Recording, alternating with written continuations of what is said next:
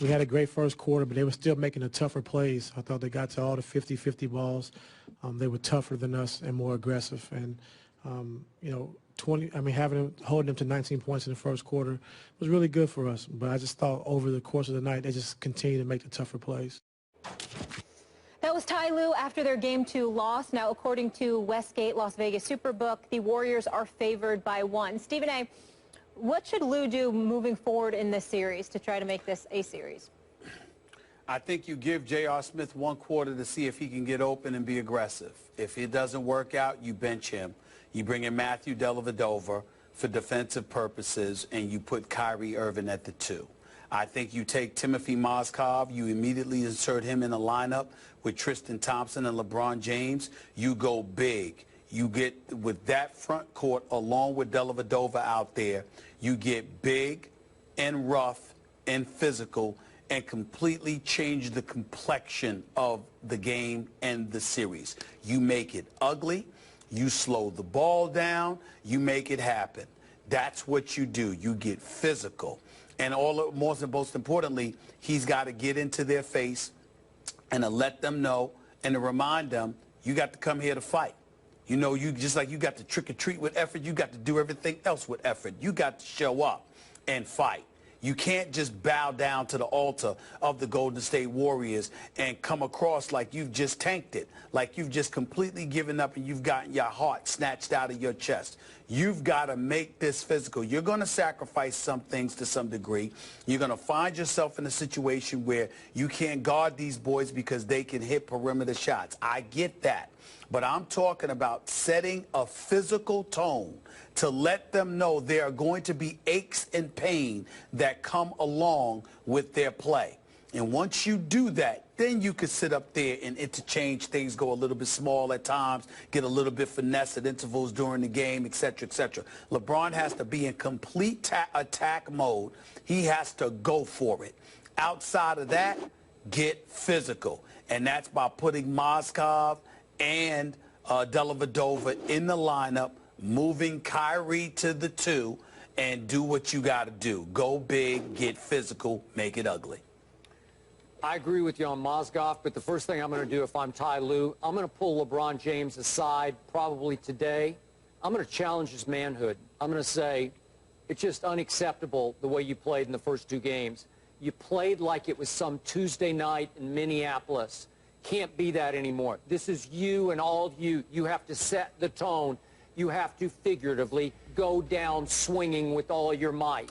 That's what I'd start off with, because it's all going to sort of generate from LeBron's energy tomorrow night. And I do expect him to show up and show out.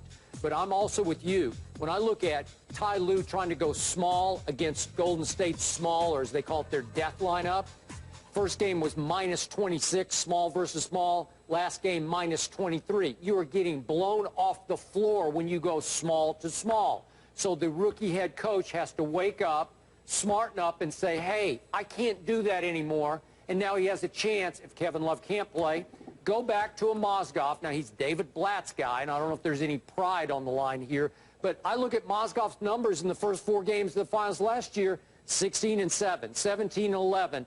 And bad game in Game 3, though he did have 4 blocks. But Game 4, when they did get routed at home, he had 28-10. Well, that's pretty good. So mix it up. You're right. Change the whole flow, the physicality of the game, because Mozgov will give him a different look against Bogut. And maybe Bogut can't dominate the first quarter the way he did the other night.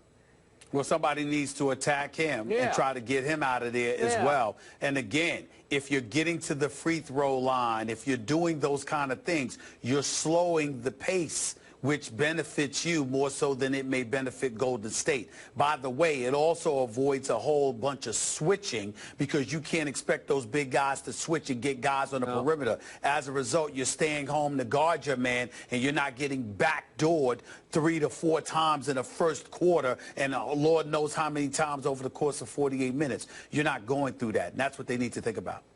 I agree. Fair enough. And on a lighter note, you mentioned J.R. Smith. He's putting together a reality show, and if you make a large enough donation, Skipper Stephen A., you might get a speaking role. Just wanted to throw that out there. You said, are you joking? No, I'm being serious. He's really about to be have a reality TV show? Yes. See, this is the damn problem. This is the problem right here. That's what you're telling me during the finals. Now we're hearing that he's going to have a TV show? A TV show for a dude that's played 69 minutes and only shot the ball 9 times? Yeah. Well, wait a second. I think JR is going to have to pay Stephen A. Smith a whole lot of money to be part of that reality show. So he's been on the floor for 69 minutes. Yep. He's only attempted 9 shots, has only made 3 as the starting shooting guard, and we're talking about him having a reality TV show? That's what y'all telling me? Well, bad See, things happen in reality shows, right? It can be ugly. Is the problem Listen, I with was America. just suggesting a cameo maybe for you two. I thought it This is could the be good problem with exposure. America. Yeah. The problem with America is people are being celebrated who don't deserve to be celebrated. Win something first. All right. This is the problem. Let's go to break. Let's just go to break. I think this is disgusting. Speaking of people being celebrated for winning something, the Broncos visited the White House yesterday in celebration of their Super Bowl victory, but one key player decided to skip the activities. Find out who skipped and why after this. If there was no OTA today, I would have gone to the White House. You know, I think it would have been a tremendous experience to meet the president and to, you know, celebrate that championship with those players that are going today. So Brock said he didn't make the trip because of OTAs down there in Houston. Obviously, he's with the Texans now. Skip. Yep. You buying this reasoning? Molly, Stephen A., I'm not buying that reasoning, and I think it's nothing but an excuse on the part of a Brock Osweiler who did not want to have to face his former teammates, and especially his former GM and president, John Elway, whom he ran out on after Elway had groomed him to take the job post-Peyton Manning. He basically left his teammates and that GM, the great John Elway, high and almost dry at quarterback, at least for next year. My take from the start was that Brock Osweiler did not want to have to face or have to live up to the pressure of following the great Peyton Manning, who, of course, replaced Brock Osweiler in the final regular season game in the second half against San Diego and then led Denver to a Super Bowl title. He wanted no part of having to live up and follow Peyton Manning. So when the Houston Texans offered to dramatically overpay him with, what, 4 years, $72 million? $37 million $37 guarantee. What? He took the money and he ran to Houston, which doesn't have nearly the quarterback legacy there, so he figures there won't be quite as much pressure, although I think there'll be a great amount of pressure thanks to that $37 million guaranteed. So after Elway groomed him, nurtured him, brought him to the point, the boiling point of taking over the quarterback job, nope, I'm out. I'm going to Houston. So how could he face Elway and company at the White House? Well, let me say this, Skip. First of all, I'm inclined to agree with you that he didn't want to face his former teammates, former organization, that he left essentially high and dry. Although it's all about business, and we understand and forgive any NFL player that wants to go about the business of getting his money, there was an investment that was made in him by John Elway. There was a level of faith and confidence that they displayed in him. It was clearly his team moving forward. And, you know, one would argue he hoodwinked them, at least to some degree. All right. Having said all of that, let me also say this. Not to get political, but I'm really getting sick and tired of seeing players coming up with excuses not to go to the White House under President Obama. Tom Brady did it, okay, even though he went to see George W. Bush on at least 2 occasions, if not all 3, okay, and now we've got Brock Osweiler. I'm tired of seeing that. This is the commander-in-chief. He is the president of the United States of America, and even though you have the right not to show up, it doesn't diminish the fact that it is disrespectful. Now, if Brock Osweiler, I would have respected him if he were man enough to stand up and say, I'm with my new team now, and I just wouldn't feel comfortable being there with my old teammates. I would respect that. But to sit up there and to shun an invitation from the President of the United States of America because of OTAs, really? It really rakes my nerves. You don't have to agree with everything the president does or doesn't do. And I would say the same thing if George W. Bush were in office, if it were Clinton in office, and it doesn't matter. You respect the office. RG3, I think, didn't show up on one occasion or didn't want to. I forgot what that was for, because it certainly wasn't due to no Super Bowl title with the Redskins. I can tell you that much. But here's the deal. All of these guys, I really have a problem with the ease in which they snub our president. Not only is he the president of the United States of America, and again, I would say the same thing if it were George W. Bush or anybody else. But he is the first African-American president in American history. And to meet him is an honor. It should be.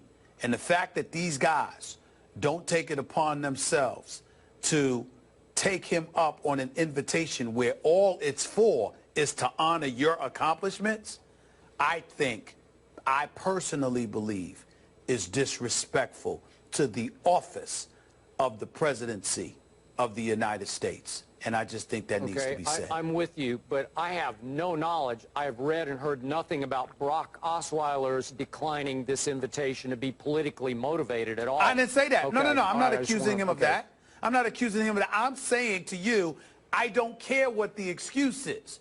I'm saying to you that I would have more respect for him if he just stood up and said, I don't want to be around my teammates. Yeah. But to sit there and turn down an invitation from the president because of OTAs, that's your reason? OTAs will allow you to snub the president of the United States of America? I got a problem with that. Okay. I have a problem with that. And by the way, just like I have a problem with that phony, bogus excuse that Tom Brady used. I got it. I hear you.